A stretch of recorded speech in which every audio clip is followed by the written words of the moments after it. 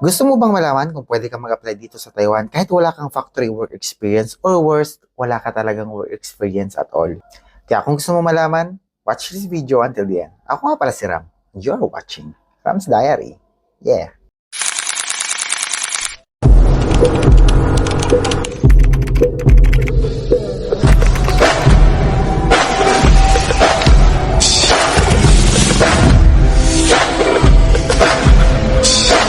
Pasensya na po kung medyo hindi na po ako nakakapag-update dito sa YouTube channel ko kasi almost lahat na kasi ng tutorial nasabi ko na kaya wala na akong maisip na pwedeng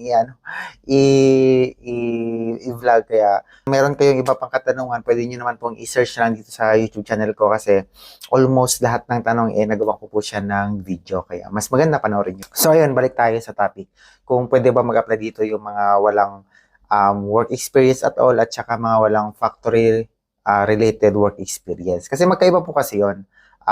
Walang work experience, sila po yung mga kagaya ng mga fresh graduate or after ng graduation nila is hindi pa sila nakapag-work at all.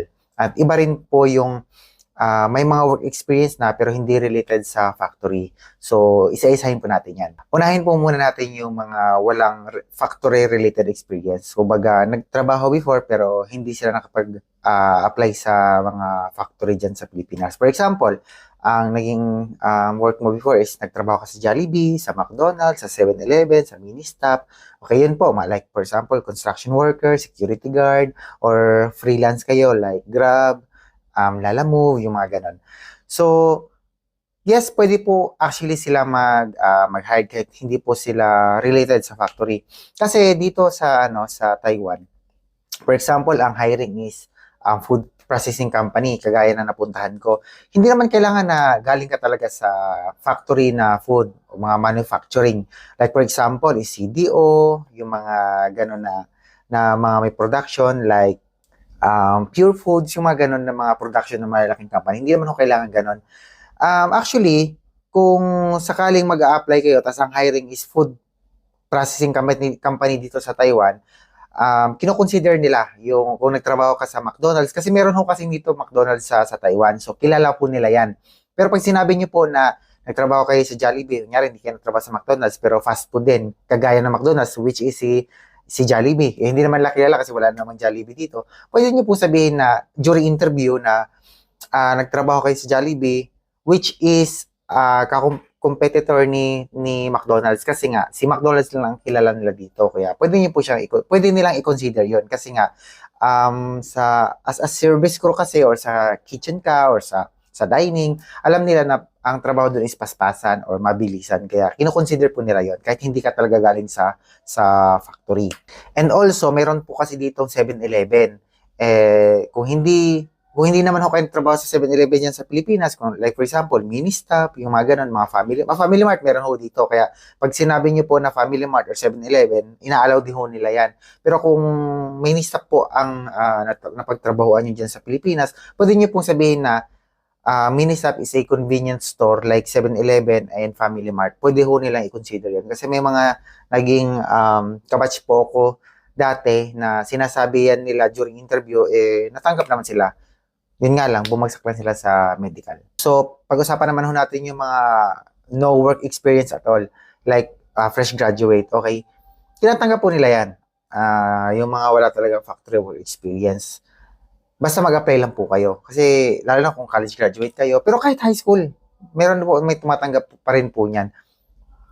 Ang reason lang po kasi talaga kung bakit hindi nila tinatanggap yung mga walang experience compare doon sa mga may experience kasi pagdating po kasi dito tinuturuan po nila yung mga bagong hired na mga aplikante.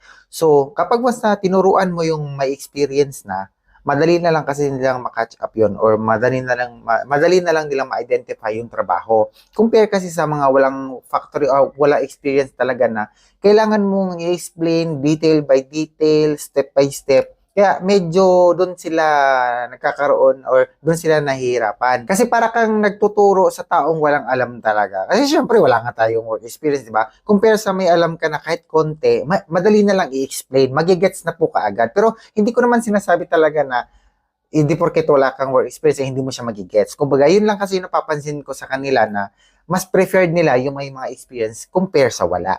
Pero yung may mga tutorial akong ginawa before para ma-consider kayo, mas sa akin is mas maganda pagawa niyo na lang siya na certificate of employment. So, yung katrabaho ko, yung kasama ko nagpagawa sa dito sa online, may nakita siya.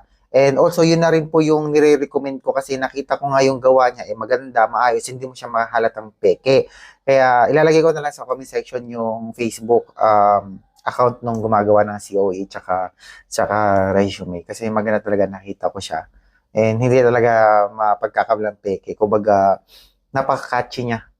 Mapapaniwala talaga yung recruitment dyan sa Pilipinas. So, yun. Pero I suggest pa rin talaga is mag-apply pa rin po talaga kayo kung wala kayong experience. Pero yun nga, para sa akin kasi is maganda na gawan nyo na lang siya ng COE. Kasi ganun din yung ginawa ko dati before na nag-a-apply ako. Kasi syempre, nanigurado lang. Tsaka wala nang masama sa white lies.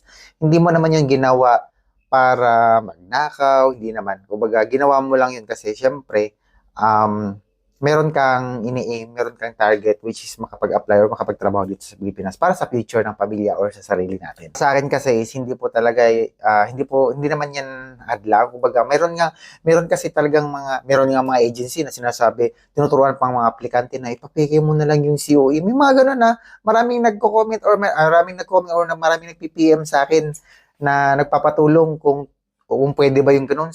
Sabi ko naman, kung sinabi naman ng agency, hindi mas maganda, mas okay.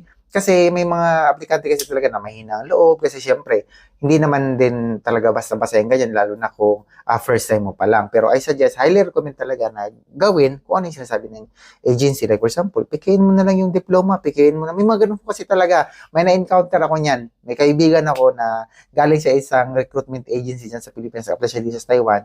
Ang advice sa kanila ng staff na agency is ipapeke na lang yun. Tapos, binriefing sila bago isa lang sa interview ko ano yung mga sasagot. May mga ganung agency naman na tumutulong, pero sa dami kasi talaga ngayon ng aplikante. I think hindi na ata nila ginagawa yun ngayon. Pero before talaga is ginagawa nila yan. So, huwag kayong matakot kasi nga, di ba, mismo agency nga ginagawa yan, tayo pa kaya. Di ba? So, yun lang, hopefully na nakatulong tong video na to. Don't forget to hit the subscribe, like, and share, and click the notification bell para ma-notify kayo sa upcoming videos ko kung mayroon pa.